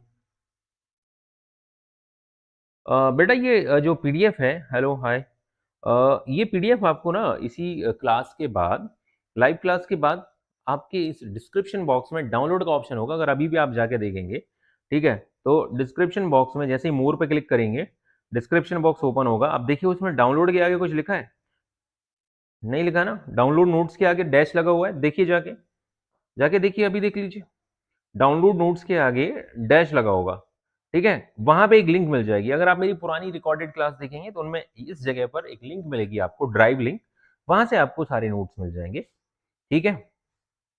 होप सो कि आपको समझ में आ गया होगा। हम आगे बढ़ते हैं, ठीक है। ये हमारा पहला क्वेश्चन था, पहला क्वेश्चन हमने कंप्लीट किया। अब हम दूसरे क्वेश्चन की तरफ चलते हैं। You can take the screenshot also, अगर किसी को लगता है कि नहीं सर तो अपलोड ही नहीं करते, ठीक है, तो ऐसा लगता है, तो ऐसा होता नहीं है वैसे, ठीक है। What will be the effect, question number 2 की ओर आते हैं, ठीक है। क्वेश्चन नंबर 2 कि what will be the effect of the following on the accounting equation, ठीक है। आपका इसको इफेक्ट बताना है कि भाई Gopinath start business with cash, again फिर वही चीज है, ठीक है। आपका पहला ट्रांजेक्शन है, पहला ट्रांजेक्शन यहां पे लिखेंगे आप। पहला ट्रांजेक्शन क्या है, पहला ट्रांजेक्शन है बिजनेस, मैं तो शॉर्ट में लिखता हूं, ठीक है। आप यहां पे अकाउंटिंग इक्वेशन बना लेंगे, और आपको ना बहुत मजा आने वाला है अकाउंट्स में। लिटरली बताऊं तो अकाउंट्स में जब तक थ्योरी चल रही होती है, बच्चों को थोड़ा सा ऐसा लग रहा होता है कि यार क्या है, मतलब मजा नहीं आ रहा, ऐसा लग ही नहीं रहा अकाउंट्स पढ़ रहे हैं। बट अब आपके ना न्यूमेरिकल पोर्शन स्टार्ट हो रहा है, तो अब हर चैप्टर में थोड़ी थोड़ी थ्योरी होती रहेगी, लेकिन मजा आएगा अब आपको, ठीक है। तो अकाउंटिंग इक्वेशन में सबसे पहले बिजनेस स्टार्ट्स विद कैश। बहुत सारे बच्चों की क्वेरी रहती है, सर हमको हिंदी में नहीं पढ़ा रहे हो। आप देखोगे अगर आपकी हिंदी मीडियम की भी बुक है तो बेटा अकाउंट्स को इंग्लिश में ही सॉल्व किया हुआ है, तो आदत डालो। और मैं आपको बता देता हूँ कि अकाउंट्स ऐसे, मतलब अगर मैक्सिमम सॉफ्टवेयर्स भी देखोगे ना तो वो हिंदी में नहीं चलते।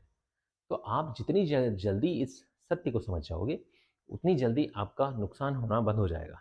तो आपका नुकसान हो रहा है जब तक आप ये ढूंढ रहे हो। अगर कोई आपको सच में, अगर कोई ऐसा टीचर तुमने ढूंढ भी लिया जो पूरी अकाउंट्स हिंदी में पढ़ा दे रहा है, तो भी वो आपका तो कोई फायदा नहीं कर रहा। वो अपना फायदा जरूर कर लेगा, वो आपसे ट्यूशन फीस वसूलेगा, बट आपका फायदा कुछ नहीं होने वाला। मैं खुद एक हिंदी मीडियम स्टूडेंट था, बट आज की डेट में मुझे पता है कि हिंदी मीडियम में अकाउंट्स पढ़ाना भी बहुत टफ है।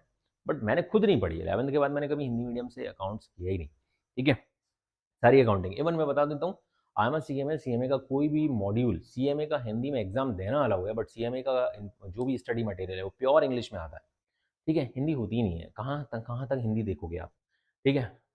तो business starts with cash, cash कितना, 25,000, ठीक है। आप चाहो तो लिख सकते हो, नहीं तो ऑलरेडी ऊपर है। अब सबसे पहला एसेट्स, अब हम दो चीजें फिर ढूंढेंगे, क्या क्या इंपैक्ट होगा इसमें। एक तो पहला कैश आइटम, बिजनेस के लिए कैश, और दूसरा क्या होगा, कैश किसके बराबर है, कैपिटल के बराबर है। दो आइटम ढूंढते चलेंगे।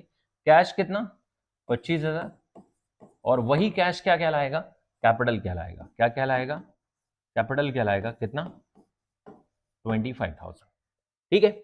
दूसरा क्या था, purchase goods from Shyam.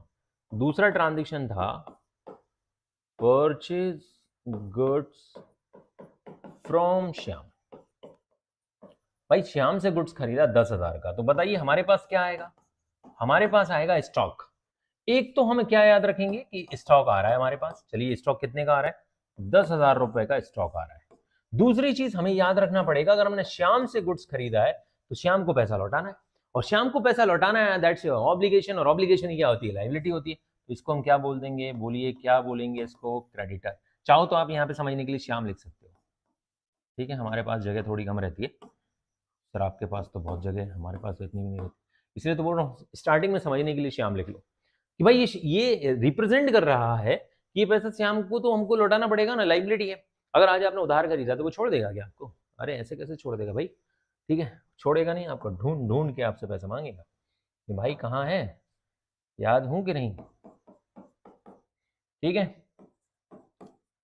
25,000 plus 10,000 is equals to 25,000 plus 10,000। Total करके देख लीजिए 35 बराबर बराबर आ रहा है कि नहीं आ रहा है? बिल्कुल बराबर आएगा गाइस, ठीक है। अगला थर्ड ट्रांजेक्शन की तरफ बढ़ते हैं हम, ठीक है, चलिए थर्ड ट्रांजेक्शन की तरफ बढ़ते हैं। थर्ड है sold goods to Sohan rupees 1800 costing 1500 की थी, ठीक है। अब जरा ध्यान से सुनिएगा, सोल्ड गुड्स मैं शॉर्ट में लिख रहा हूं, कॉस्ट 1500 की थी फॉर रुपीज 1800, कैश में बेचा। और तो सबसे पहले मुझे बताइए कैश कितना आएगा आपके पास? कैश तो आएगा 1800 रुपए का। अच्छा ट्रांजेक्शन है, इंपॉर्टेंट ट्रांजेक्शन है, ठीक है, थोड़ा सा ध्यान दीजिएगा इसकी ओर। भाई 1800 रुपए कैश आएगा, स्टॉक कितने से कम होगा? अगर आपकी गोडाउन से सामान जा रहा है तो उसकी कीमत तो 1500 रुपए है ना भाई, स्टॉक कितने से कम होगा? देखना जो मैंने बोला था ना, अफेक्ट मोर देन 2 आइटम्स, तो देखो 2 आइटम तो यहाँ अफेक्ट हो गए।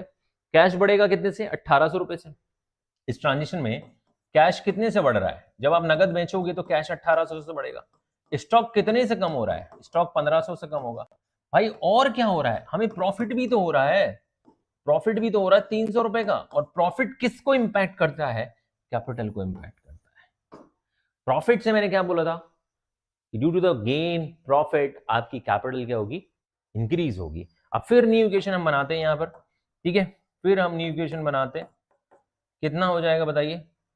26,800 प्लस 8,500, ठीक है, और ये कितना हो जाएगा? 25,700 प्लस 10,000 प्लस 10,000, ठीक है। आप चाहो तो टोटल करके देख सकते हो, ठीक है, आप एक पॉज ले सकते हो, ठीक है, छोटा सा, और आप चेक कर सकते हो कि भैया इनका टोटल इन दोनों के टोटल के बराबर आ रहा है कि नहीं आ रहा है। आप करके देख लो, बराबर ही आएगा गाइस।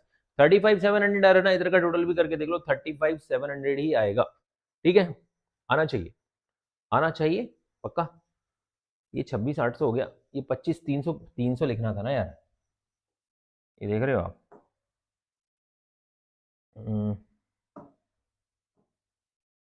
अरे मेरे भाई 25,300, ठीक है, 300 था, पता नहीं 700 क्यों लिख दिया मैंने, ठीक है। अब आगे हम बढ़ते हैं फोर्थ ट्रांजेक्शन की ओर। फोर्थ ट्रांजेक्शन क्या है? Gopinath withdraw from the business. भाई पैसे की जरूरत किसको नहीं लगती? सबको लगती है। बिजनेस से पैसा निकाल लिया, ठीक है, तो गोपीनाथ ने क्या किया? बिजनेस से पैसा निकाल लिया, ठीक है। इसको हम सिंपली एक ही वर्ड्स में लिखें तो ड्रॉइंग्स। सिंपली जब बिजनेसमैन बिजनेस से पैसा निकालता है तो क्या कहलाती है? क्योंकि गोपीनाथ ने बिजनेस स्टार्ट किया था, गोपीनाथ को जरूरत पड़ी, पैसा निकाल लिया, तो गोपीनाथ ने बिजनेस से पैसा निकाला 5,000। जिस दिन लगाया था उस दिन कैश बढ़ा था, आज निकालेगा तो कैश कम होगा। साथ ही साथ ये किसको कम करती है? ड्रॉइंग ऑनर्स कैपिटल को कम करती है। करती है कम? बिल्कुल कम करती है। अब न्यू इक्वेशन बना लेते हैं यहां पर। न्यू इक्वेशन कितनी बचेगी भाई? 21,800 प्लस 8,500, ये कितना हो जाएगा? 20,300 प्लस 10,000। आप टोटल करना चाहें टोटल कर दीजिए इसका, टोटल कितना होगा? 30,300, और इसको तो ऐसे ही लिखना होता है 20,300 प्लस 10,000। लिखना हो तो लिख दो 30,300, क्योंकि 30,300 इक्वल टू 30,300, ठीक है। क्योंकि कई बार इसको ऐसे भी बोलते हैं कि भैया जो capital plus liability equals to asset होता है ना, इसको ऐसे भी बोलते हैं लाइबिलिटी इक्वल्स टू एसेट, ठीक है। क्योंकि कैपिटल को भी बहुत सारे लोग लाइबिलिटी मानते हैं, एसेट्स इक्वल्स टू लाइबिलिटी, ये मत समझना मैं कुछ और लिख दिया। एसेट्स इक्वल्स टू लाइबिलिटी भी बोलते हैं, क्योंकि कैपिटल भी तो लाइबिलिटी है, बस वो कौन सी लाइबिलिटी है? इंटरनल लाइबिलिटी है गाइस, ठीक है, इंटरनल लाइबिलिटी है इसलिए।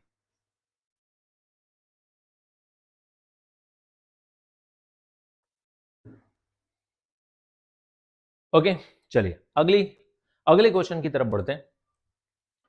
प्रैक्टिस से ही आपको मदद मिलेगी क्वेश्चन करने में। जब तक आप प्रैक्टिस नहीं करते हैं, क्वेश्चन कितने ही मैं करा दूंगा आप नहीं समझ पाएंगे, ठीक है। तो चलिए अब दूसरा क्वेश्चन, ये थोड़ा सा 5 ट्रांजिशंस हैं, तो हम थोड़ा सा इसको अगले पेज पर करेंगे। Start business with cash 50,000। आपको दो चीजें इंपैक्ट देखना है कि एक तो हो गया कैश, दूसरा क्या हो जाएगा? कैपिटल। ठीक है, आप दो दो आइटम ढूंढते चलिए, दो या दो से ज्यादा। सैलरी पे करोगे तो भैया एक तो कैश इंपैक्ट होगा, कैश कम हो गया, ठीक है, सॉरी कैश कम हो जाएगा, और कैश कम होगा तो कैपिटल भी कम होगी, ठीक है। हाँ, एक चीज जो उस टाइम पे बतानी रह गई थी कि कैपिटल और किन चीजों से कम होगी, every expenses and losses reduce the capital, ठीक है। हमने यहां पर yes, capital decrease when drawing withdraw और लॉस, तीसरे में लिख लो एक्सपेंसेस, हर एक एक्सपेंसेस की वजह से कैपिटल कम होती चली जाएगी, क्योंकि कोई भी खर्चा कैपिटल को कम करता है, ठीक है। कोई भी खर्चा किसी ना किसी कैपिटल को कम करेगा। भाई मालिक का जो पैसा बिजनेस में लगा है वो कम हो जाएगा तो कैपिटल यहां से रिड्यूस हो जाएगी। हर एक खर्चे को याद रखना, एवरी एक्सपेंसेस रिड्यूस कैपिटल, ठीक है। बढ़िया से लिख लो इस चीज को, हर एक खर्चा कैपिटल को कम करेगा। कोई भी expenses and losses, every expenses and losses भी लिख लो यहां, ठीक है। क्या कम करेंगे इससे? कैपिटल को कम करेंगे। तो भाई सैलरी हमारा खर्चा था, कैश को कम करेगा, कैपिटल को कम करेगा। वेजेस आउटस्टैंडिंग है, ये वेजेस आउटस्टैंडिंग जो होती है ना, ये हमारी लाइबिलिटी होती है। क्या होती है? लाइबिलिटी होती है। दूसरी तरफ ये हमारा खर्चा था। एक्रूअल कॉन्सेप्ट को भी जब हम अकाउंटिंग इक्वेशन बना रहे होते हैं तो एक्रूअल कॉन्सेप्ट को भी फॉलो करते हैं। अगर वेजेस आउटस्टैंडिंग है दैट मींस व्हाट, कि एक्सपेंसेस तो हो चुका है, आपने दिया नहीं है, तो इसके दो इंपैक्ट आएंगे। ध्यान से सुनिएगा, ये एक इंपॉर्टेंट ट्रांजिशन भी हो जाते हैं, इसी टाइप के ट्रांजिशन को आपको देखना है, ठीक है। तो अकाउंटिंग इक्वेशन आज हम कुछ क्वेश्चंस करेंगे, कुछ क्वेश्चंस और बचेंगे एडवांस लेवल के, जिसको हम नेक्स्ट क्लास में करेंगे, because it's a important chapter. Exam में आपको पक्का देखने को मिलेगा, टर्म 1 एग्जाम में यहां से क्वेश्चन आता ही आता है, ठीक है। तो इससे सबसे पहली चीज तो कैपिटल कम होगी, क्योंकि ये एक्सपेंसेस एक्रूअल बेसिस पे। दूसरी चीज यहां पर आउटस्टैंडिंग वेजेस एक लाइबिलिटी है, एक क्या है, ये लाइबिलिटी है, ये लाइबिलिटी हमारी बढ़ जाएगी। कैपिटल कम हो जाएगी, लाइबिलिटी बढ़ जाएगी, सेम साइड इफेक्ट आएगा, कैपिटल कम, अपोजिट डायरेक्शन में। जब भी सेम साइड इफेक्ट आते हैं अपोजिट डायरेक्शन में आते हैं, एक चीज कम होती है दूसरी चीज बढ़ जाती है। Interest due but not paid, again interest due हो गया but not paid, same effect, capital कम होगी। एंड आउटस्टैंडिंग इंटरेस्ट या इंटरेस्ट पेबल भी बोलते हैं, बहुत सारे बच्चे बोलते हैं सर हमने तो इंटरेस्ट पेबल पढ़ा था। भाई बात बराबर होती है, इंटरेस्ट पेबल का मतलब भी वही है ना, इंटरेस्ट पेबल क्या हो जाएगा, बढ़ जाएगा, और कैपिटल क्या हो जाएगी, कम हो जाएगी। रेंट पेड इन एडवांस, अगर आपने पेड किया रेंट एडवांस में तो ये आपका एसेट है, ठीक है। इससे क्या होगा, आपके एक एसेट्स बढ़ेगा, एसेट्स का नाम क्या होगा, प्रीपेड रेंट। अब प्रीपेड रेंट बढ़ेगा और साथ में दूसरा एसेट मतलब कैश कम हो जाएगा, क्योंकि रेंट का भुगतान जब आप अग्रिम भुगतान करोगे तो आपके पास से तो पैसा जाएगा ना। आप कभी किसी को एडवांस देकर देखो, ट्यूशन फीस एडवांस देकर देखो, स्कूल की फीस एडवांस पे करके देखो, आपका इलेक्ट्रिसिटी का बिल आता होगा, आप उसको एडवांस में पे करके देखो, क्या होगा, आपके पास से पैसा अभी चला जाएगा, लेकिन अब अगले महीने रिलैक्स नहीं पे करना है, ठीक है। तो वही वाली चीज है ना, आपने जियो का रिचार्ज, एयरटेल का रिचार्ज आप लोग अपने मोबाइल पे कराते हो, क्या होता है, प्रीपेड ही होता है ना। आपकी आज आज मेरा बैलेंस खत्म हो गया, सुनते हैं ना, मेरा बैलेंस खत्म हो गया, बैलेंस खत्म होने के बाद रिचार्ज कराओ, रिचार्ज कराने के बाद क्या हो गया, आप 28 डेज या जो भी 14 डेज का आपने रिचार्ज कराया फ्री, ठीक है। अब आप उसको एंजॉय करेंगे, वो आपकी एसेट है। तो चलिए सबसे पहले तो हमारा पहला ट्रांजिशन क्या है, बिजनेस स्टार्ट्स विथ कैश। मैं शॉर्ट में लिखता हूं थोड़ा सा, क्योंकि हमारे पास जगह भी कम होती है, कुछ राइटिंग कुछ ज्यादा ही खराब नहीं आ गई बेटा, ठीक है, छोटा कर लेते हैं इसको, देखो विथ कैश, ठीक है। ओके, कितने से हमने बिजनेस स्टार्ट किया था, कितने से बिजनेस स्टार्ट किया था, start business with cash 50,000। Cash कितने से बढ़ेगा, कैश 50,000 से बढ़ेगा, और कैपिटल कितने से बढ़ेगी, कैपिटल कितने से बढ़ जाएगी, 50,000 से बढ़ जाएगी। दूसरा ट्रांजिशन क्या था, दूसरा ट्रांजिशन था हमारा सैलरी पेड ₹2,000, ठीक है। हमने सैलरी पे की, सैलरी पेड ₹2,000, इसकी वजह से मेरे पास क्या होगा, कैश कम होगा और कैपिटल कम होगी। मैंने क्या बोला था, एवरी एक्सपेंसेस रिड्यूसेस कैपिटल, हर एक खर्चा कैपिटल को कम करेगा, हर एक खर्चे को कैपिटल से कम करना है। आपको अब क्या बनानी है, न्यू इक्वेशन बनानी है, ठीक है। तो आपने न्यू इक्वेशन बना ली, कितना बचेगा बेटा, 48,000 बचेगा, और यहां पर कितना बचेगा, 48,000 बचेगा। अब आपको थर्ड ट्रांजिशन की ओर बढ़ना है। थर्ड ट्रांजिशन क्या था, वेजेस आउटस्टैंडिंग ₹200, ठीक है। थर्ड ट्रांजेक्शन क्या, वेजेस आउटस्टैंडिंग ₹200। मैंने क्या बोला था, ये एक तरफ तो हमारा खर्चा है और खर्चा होने की वजह से इसको तुरंत ही कैपिटल से कम करना पड़ेगा। खर्चा तो है एक्रूअल बेसिस पे, आउटस्टैंडिंग का मतलब क्या है, सैलरी ड्यू बट नॉट पे। तो हर एक एक्सपेंसेस ऑन एक्रूअल बेसिस, ठीक है, जब भी वो इनकर्ड बेसिस जिसको हम बोलते हैं, जब भी खर्चा कोई इनकर्ड हो गया मतलब आपको माइनस करना है, तो कैपिटल से तो माइनस हो गया। अब दूसरी चीज, एक नई चीज यहां पर जनरेट होगी जिसका नाम है आउटस्टैंडिंग वेजेस, या वेजेस पेबल भी लिख सकते हो 200।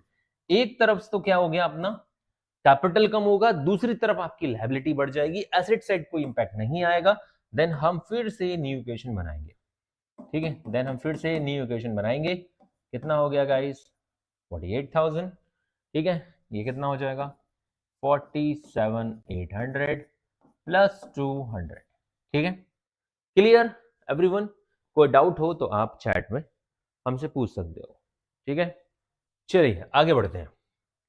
फोर्थ ट्रांजेक्शन क्या था, interest due but not paid ₹100। ये भी हमारी लाइबिलिटी बन जाएगा, इंटरेस्ट ड्यू हुआ but not paid. Fourth transaction क्या है, interest due but not paid ₹100। इसकी वजह से क्या कैश कम होगा, नहीं होगा, बट कैपिटल कम होगी, यस कम होगी, क्योंकि इंटरेस्ट ड्यू हो चुका था, पे नहीं हुआ है, तो एक और लाइबिलिटी बढ़ जाएगी, ठीक है, इंटरेस्ट पेबल या आउटस्टैंडिंग इंटरेस्ट, ठीक है, कितना 100 रुपीज, ठीक है। इधर कोई कैश में इंपैक्ट आएगा, नहीं, कोई इंपैक्ट नहीं आने वाला। फिर न्यू इक्वेशन बनाते हैं हम, न्यू इक्वेशन में ये तो 48,000 ही रहेगा क्योंकि कैश पे कोई असर नहीं आया। इधर कितना हो जाएगा 47,700 प्लस 200 प्लस 100, ठीक है ना, इज इट क्लियर। आगे बढ़ते हैं। लास्ट है हमारा रेंट पेड इन एडवांस 150। हमने रेंट पे किया 150 एडवांस में। फिफ्थ ट्रांजेक्शन है रेंट पेड इन एडवांस ₹150। तो 150 की वजह से कैश तो तुरंत कम होगा भाई, खर्चा आपने तुरंत किया, लेकिन इसकी वजह से एक नई चीज जनरेट होगी जिसका नाम होगा प्रीपेड रेंट। क्या नाम होगा, प्रीपेड रेंट। ऊपर से लेकर अभी तक तो यहां तक तो कुछ था नहीं, अभी जनरेट हुई है, तो कितने से जनरेट हुई है 150 रुपए से जनरेट हुई है। इधर कोई असर आएगा क्या, नहीं, कोई असर नहीं आएगा। अब न्यू इक्वेशन बना देते हैं और फिर टोटल कर देते हैं, क्वेश्चन यहीं पर हमारा खत्म हो जाएगा। न्यू इक्वेशन में हम देखेंगे तो ये कितना हो जाएगा 47,850 plus 150 is equal to 47,700 plus 200 plus 100। Total कर देना आप, टोटल ये चीज को इंडिकेट करता है कि हमारा assets is equals to capital plus liability, liability को एक साथ कर देना, कितना हो जाएगा 300, ठीक है। हमारा जो अकाउंटिंग इक्वेशन का फंडा ही क्या कहता है भाई, ठीक है, आप लोगों को ये चीज क्लियर है ना। अकाउंटिंग इक्वेशन क्या कहती है, अकाउंटिंग इक्वेशन कहती है assets equals to capital plus liability. हमने प्रूफ करके दिखाया कि assets 48 is equals to 47,700 plus 300 equals to 48, ठीक है।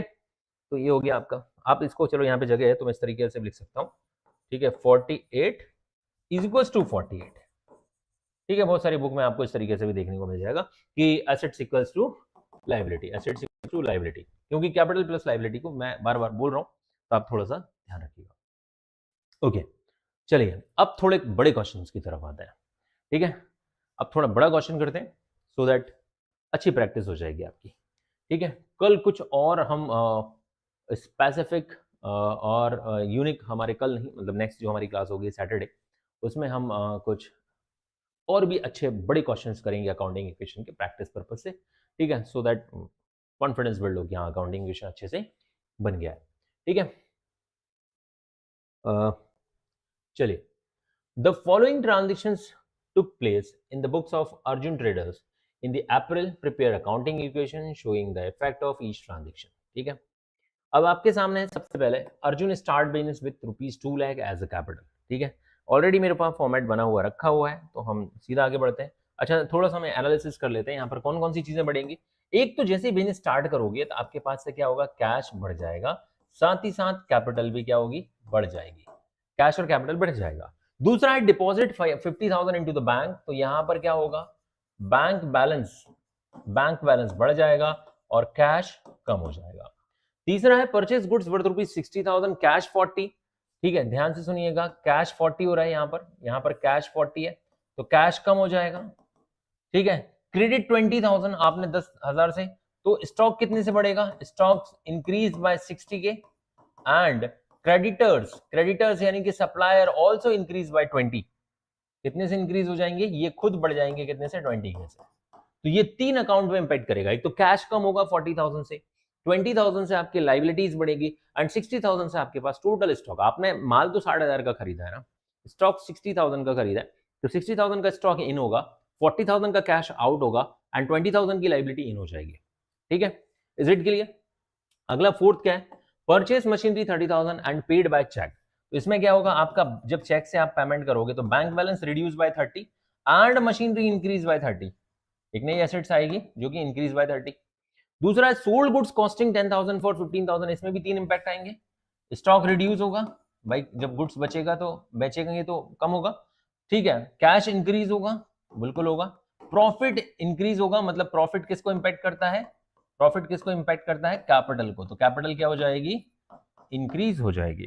ठीक है, फिर है sold goods costing ₹6,000 for 7,500 credit sales to Neha. Same impact होगा, बस यहां पर कैश की जगह क्या बढ़ जाएगा? कैश की जगह नेहा यानी कि डेटर इंक्रीज हो जाएगा। बाकी सेम इंपैक्ट होगा, 6,000 से हमारा गुड्स कम होगा यानी कि स्टॉक, 7,500 से हमारा पास डेटर इंक्रीज हो जाएगा, और 1,500 से इन दोनों का डिफरेंस प्रॉफिट कितना है? 1,500 रुपए का प्रॉफिट कैपिटल को बढ़ा देगा। पेड सैलरी, सैलरी से क्या होगा आपको पता ही है, दो ही चीजें इंपैक्ट होंगी, कैश कम होगा और कैपिटल भी कम होगी, कैपिटल भी कम होगी। रिसीव्ड कमीशन, इससे हमारा कैश बढ़ जाएगा, इससे हमारा कैश बढ़ जाएगा, और कैपिटल भी हमारी, क्योंकि कैपिटल हमारे पास इनकम होती है। तो अब आपको मैं ये चीज पूरी कर देता हूं। यहां पर आपने देखा था कैपिटल, और एक किस चीज से इनकम होगी? गेन और प्रॉफिट या इनकम भी आप यहां पे इंक्लूड कर सकते हो। कोई भी इनकम कैपिटल को बढ़ाएगी, कोई भी इनकम कैपिटल को बढ़ाएगी। वो कमीशन रिसीव हो सकता है, रेंट रिसीव हो सकता है, इंटरेस्ट रिसीव हो सकता है। ठीक है, तो और क्या बोल सकते हैं, ब्रोकरेज रिसीव हो सकता है, ये जितनी भी चीजें, डिविडेंड रिसीव हो सकता है अगर आपने शेयर्स खरीद रखे हैं, तो इनसे आपकी कैपिटल क्या होगी? बढ़ जाएगी। तो अब ये आपकी पीपीटी बिल्कुल एग्जैक्टली फॉलो होगी, और कोई भी क्वेश्चन इसके बाहर अब आपको देखने को नहीं मिलेगा। तो जैसे जैसे हम आगे बढ़ते जाते हैं, कॉन्सेप्ट हमारे क्लियर होते चले जाते हैं। ठीक है, तो अभी यहां पर हम क्या लिखेंगे? आप सभी को पता है, अकाउंटिंग इक्वेशन लिख लो। क्वेश्चन नंबर अपना ये 4 जो भी है। अब पहला ट्रांजिशन क्या था? वही बिजनेस स्टार्ट्स विथ कैश। कितना था कैश? कितना लगाया था हमने? 2 लाख रुपए का कैश लगाया था। आपको देखना हो तो आप देख सकते हैं, 2 लाख रुपए का कैश लगाया था। ठीक है, और कैपिटल तो हमारी 2 लाख की थी। ठीक है, जो कैपिटल, जो हमने कैश लगाया वो प्रोप्राइटर ने लगाया, प्रोप्राइटर जो भी पैसा लगाएगा उसको कैपिटल बोलेंगे। तो 2 लाख रुपए आपने इन्वॉल्व किए, फिर आपने इनसे बैंक में डिपॉजिट किया, बैंक डिपॉजिट्स ₹50,000। अब खुद सोच के देखिए, 50,000 डिपॉजिट करोगे तो 50,000 से कैश कम होगा, लेकिन क्योंकि बैंक बैलेंस हमारा एसेट होता है, तो एसेट से एक एसेट कम हुआ तो दूसरा एसेट बढ़ जाएगा। Same side effect, same side, asset side ही इफेक्ट है, but opposite direction. Cash reduces, bank balance increase. ठीक है, अब जैसे ही यहां पर हम पहुंचे, आपको क्या करना पड़ेगा? न्यू इक्वेशन बनानी पड़ेगी। 1,50,000 प्लस 50,000, और ये कितना हो जाएगा? 2 लाख हो जाएगा। ठीक है, चलिए आगे बढ़ते हैं, तीसरे ट्रांजिशन की तरफ आते हैं। परचेज गुड्स फॉर 60,000, कैश 40 का खरीदा है, क्रेडिट 20 का खरीदा है। सबसे पहले तो आप बताइए स्टॉक कितने का बढ़ेगा? गुड्स परचेज किया हमने, क्या किया? गुड्स परचेज किया, ₹60। आप चाहो तो इसमें लिख सकते हो कैश 40, क्रेडिट 20। ठीक है, अब आप गुड्स भी बोल सकते हो, बहुत सारे बच्चे यहाँ पर गुड्स भी लिखते हैं, इसको स्टॉक भी लिखते हैं, मैं नॉर्मली स्टॉक लिख देता हूँ। ठीक है, तो स्टॉक तो हमारे पास से कितने का इंक्रीज होगा? 60,000 से। लेकिन हमने जो कैश में खरीदा है, ठीक है, ध्यान दीजिएगा, हमने जो गुड्स कैश में खरीदा है, कैश खरीदने से तो कैश कम होता है ना। कैश कितना खरीदा है? 40,000, तो 40,000 का कैश कम हो जाएगा। क्या हमारे पास बैंक बैलेंस पे कोई फर्क पड़ेगा? नहीं, क्योंकि कैश वर्ड यूज किया तो नॉर्मली हम कैश ने दिए। अब इधर हमारे पास एक चीज बढ़ेगी, क्रेडिटर या सप्लायर भी लिख सकते हैं। ठीक है, क्रेडिटर कितने के बढ़ जाएंगे गाइस? क्रेडिटर बढ़ेंगे 20,000 से। अब थोड़ी देर के लिए स्टूडेंट का ना थोड़े से ऐसे ट्रांजिशन देख कर दिमाग हिल जाता है, बोले यार कैसे, अब तो ना मेरे को लग रहा है इस बार तो इक्वेशन फेल हो गई होगी, इस बार तो इक्वेशन ना मैच होनी नहीं वाली, टैली होनी नहीं वाली। तो कोई बात नहीं, आइए टैली करके देखते हैं। न्यू इक्वेशन, ये कितना बचेगा, 1,10,000 प्लस 50,000 प्लस 60,000, कितना हो गया, 2,20,000 हो रहा है। चलो इधर भी करके देख लो, ये देखो 2 लाख और ये 20,000।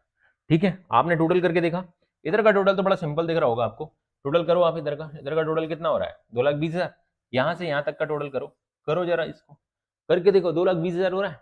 अरे भाई कहते हैं ना, यही तो ब्यूटी ऑफ अकाउंट्स है कि ये कभी इस इक्वेशन को अगर आप सही तरीके से यूज करते हो तो ये कभी वायलेशन इसका होगा ही नहीं, मतलब ये इक्वेशन हमेशा फिट बैठेगी, हमेशा टैली होगी, ऑलवेज इक्वल होगी एसेट्स कैपिटल प्लस लाइबिलिटी के, चाहे कितने ही ट्रांजेक्शन क्यों ना हो जाए, आप कितने ही दिन इस क्वेश्चन को करते रहो, आप लगे रहो मुन्ना भाई की तरह वाला हाल है।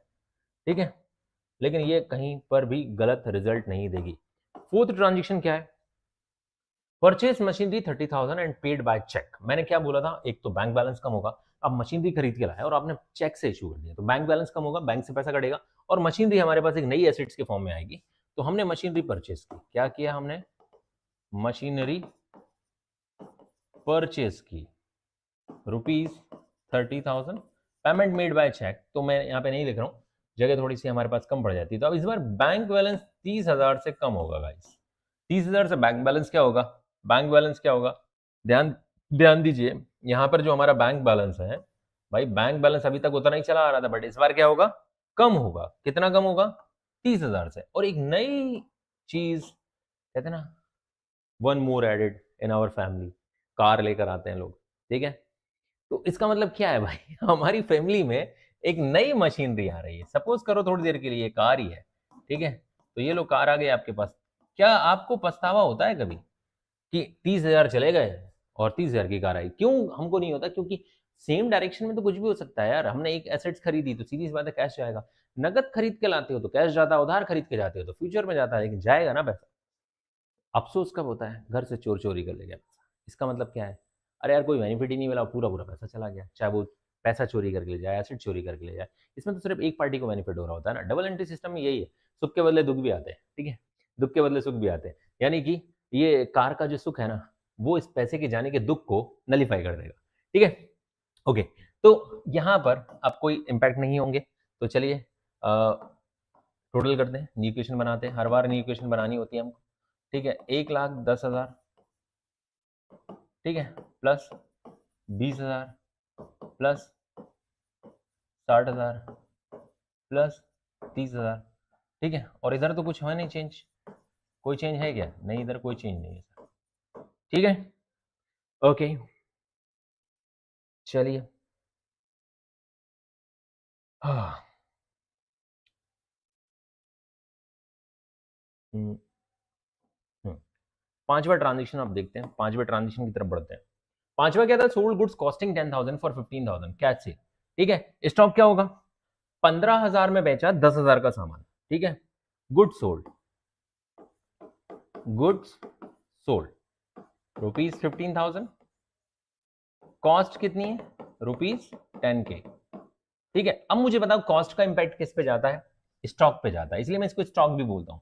ठीक है, कितना इंपैक्ट जाएगा, 10,000 का कॉस्ट, हमारे पास गुड्स एट कॉस्ट जाएगा, हमारे पास कैश आया 15,000 का, कितना आया 15,000 का, तो 5,000 का क्या हो गया, मुझे फायदा हो गया सर, फायदा हो गया, उसे कहां ऐड कर देंगे, बताओ फायदे को कहां ऐड करेंगे, कैपिटल में। क्या हमने कैश सेल की थी, फिर से देखो 10,000 का कॉस्ट का गुड्स, 15,000 में कैश सेल किया, तो stock reduce by 10,000, cash increase by 15,000 and 5,000 is your income, ये प्रॉफिट ऑन सेल। तो भाई वो इनकम तो कैपिटल में इंपैक्ट डालेगी, वो आपको पहले ही बता चुका हूं मैं। फिर आप न्यू इक्वेशन बनाएंगे।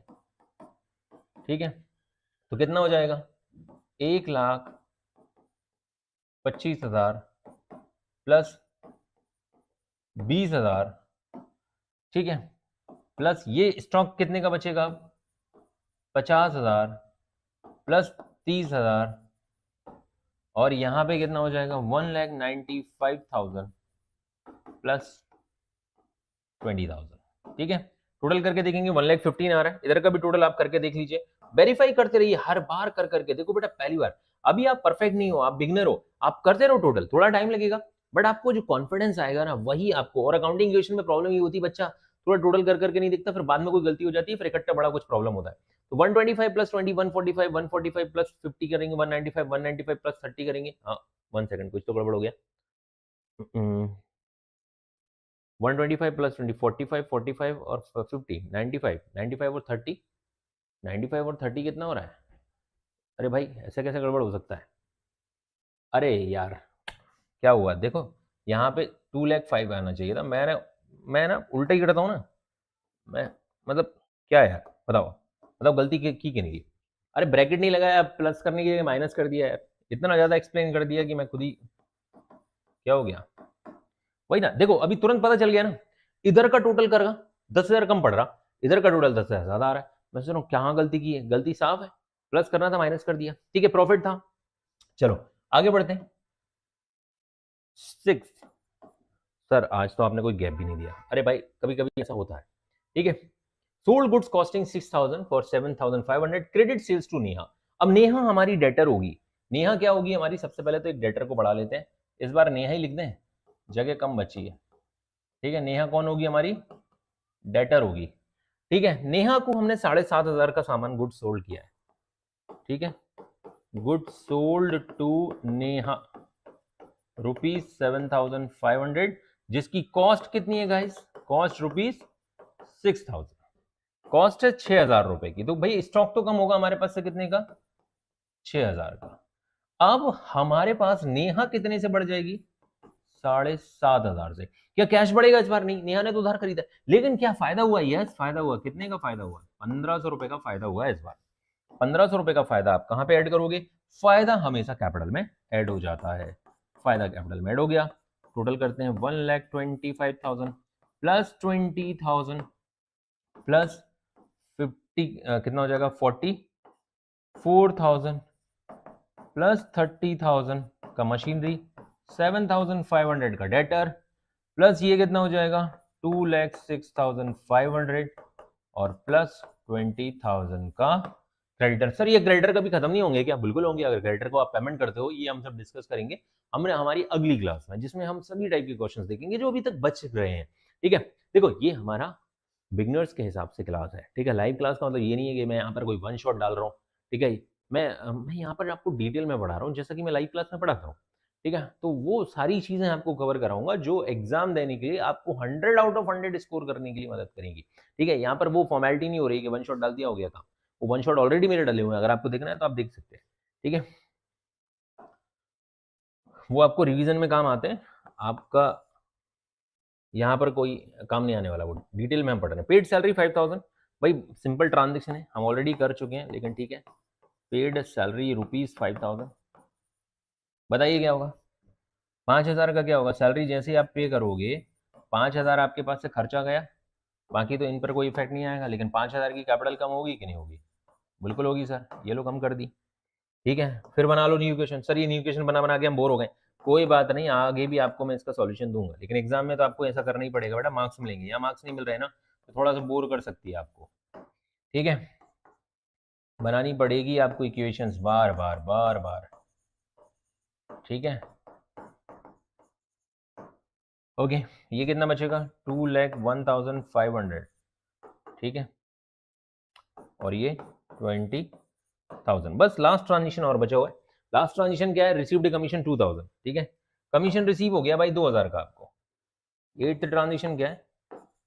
Commission receive ₹2,000। भाई 2,000 कमीशन रिसीव हुआ तो ज्यादा जीरो नहीं लग गए? लग गए ना। 2,000 का कैश और 2,000 से बढ़ जाएगी कैपिटल। ठीक है, अब आपको क्या करना है? टोटल कर देना है। टोटल कर दीजिए, बताइए टोटल कितना आ जाएगा? पहले तो न्यू इक्वेशन निकाल देते हैं। न्यू इक्वेशन कितनी? 1,14,000 प्लस 20,000 प्लस 44,000 प्लस 30,000 प्लस 7,500। ठीक है, ये क्या हो गई? ये हो गई 2,03,500 प्लस 22,000। ठीक है, अब टोटल करके देख लीजिए आप, इस साइड का और इस साइड का टोटल करके देख लीजिए। ठीक है, चलिए मैं टोटल कर देता हूँ। ठीक है, टोटल करके देख लेंगे कितना आ जाएगा। ये आ रहा है भाई 2,05,000, सॉरी 2,05,500, 2,05,500, और इधर का भी इतना ही आएगा। आपको करना है तो कर सकते हैं, नहीं तो वो तो उसी फॉर्मेट में लिखा हुआ है, तो लिखा हुआ है तो हम उसको एज इट इज लिख देंगे। ठीक है, देखा अभी तक जगह बच जा रही थी, अभी आपने देखा होगा जगह खत्म हो गई भाई। ठीक है, आप चाहो तो इसका टोटल करके देख सकते हो, बताओ किसका, इसका टोटल करो, इसका टोटल करो, और भाई 2,05,500 आना चाहिए। 1,14,000 प्लस इसको करेंगे 34,000, 34,000 इसको करेंगे तो कितना हो जाएगा, 74, 78, 78 में हम 30 ऐड करेंगे तो कितना हो जाएगा, 1,08,000, 1,08,000 में हम 7 करेंगे तो हो जाएगा अपना। हाँ, और भाई क्या क्या क्या क्या क्या कर दिया मैंने, क्या कर दिया मैंने भाई, एक सेकंड देख लेता हूँ। 114 प्लस 20, 44, 66, 64 हो जाएगा, प्लस 30 और 37,500। हाँ, कहाँ कहाँ गड़बड़ है, कुछ तो हो गया प्यारे। अरे भाई 20,000 है यार, सॉरी, कितना है ये, 20,000 है, सॉरी। जीरो दिया मेरे भारत ने, तब जाके दुनिया को क्या आई थी, गिनती आई थी, और जीरो ही खा गए हम लोग। ठीक है, अब देखते हैं। अब 20 में पता नहीं, देखो 2 इसमें ऐड किए तो भाई क्या से कहाँ चले जा रहा हूँ। ठीक है, ये सब प्रॉब्लम है गाइस, थोड़ी सी समझ लेना आप। 1,22,000 था ये। ठीक है, 122 प्लस 20 प्लस 44 प्लस 37.5, बिल्कुल सही। ठीक है, बिल्कुल सही। आपका टोटल आएगा कितना, टोटल आएगा 2,00,000, कितना टोटल आएगा, 2,23,500। ठीक है, 2,23,500 इक्वल्स टू 2,03,500 प्लस 20,000। ठीक है, अकाउंटिंग इक्वेशन बराबर से बन गई है, टैली हो गई है, और हमने यहाँ पर एक कंप्लीट क्वेश्चन देखा जिसमें आपको मतलब क्या बोलूँ मैं, बहुत सारे ट्रांजिशंस क्लियर हो चुके हैं। अभी हमारे पास कुछ और क्वेश्चंस होंगे जिनको हम नेक्स्ट क्लास में डिस्कस करेंगे। ठीक है, तो आज का ये पीडीएफ जो है मैं आपको नोट्स अपलोड कर दूंगा, कल इसी में कुछ नोट्स और ऐड ऑन हो जाएंगे जिनको हम कल कंटिन्यू करेंगे। तो आज का नोट्स हम डे 1 में यहाँ पर डाल देंगे। ठीक है, accounting equation day 1, accounting equation day 2 में आपको कल कंप्लीट पिक्चर अकाउंटिंग इक्वेशन का, और जो भी रेयर ट्रांजिशंस बचे हुए हैं वो हम कल कवर करेंगे। कल डायरेक्ट क्वेश्चंस करेंगे सो दैट आपको काफ़ी हद तक काफ़ी हद तक नहीं 100% क्लियरिटी होगी अकाउंटिंग इक्वेशन का, कोई भी क्वेश्चन आप कर पाएंगे। और ऐसा कोई ट्रांजिशन नहीं होगा। कल मैं एक ऐसा मास्टर क्वेश्चन भी कराऊंगा जिसमें मैक्सिमम चीज़ें कवर कर दूंगा। मैक्सिमम मतलब मैक्सिमम, कुछ छोड़ेंगे नहीं हम, सारे डिफिकल्ट चीज़ों को हम उसमें इन्वॉल्व कर लेंगे। ओके, तो आज की इस क्लास में इतना ही है गाइस। ठीक है, यहाँ तक आप बने रहे, उन सभी लोगों का तहे दिल से बहुत बहुत शुक्रिया। ठीक है, मिलेंगे कल की क्लास में, सॉरी परसों की क्लास में। कल bye bye Shukla ji, good night, bye bye everyone. ठीक है, यहाँ तक बने रहने के लिए धन्यवाद, और अपने दोस्तों के साथ ये वीडियोस, ये नोट्स ज़रूर शेयर करिएगा। ठीक है, मिलते हैं सैटरडे को लाइव क्लास में। ओके।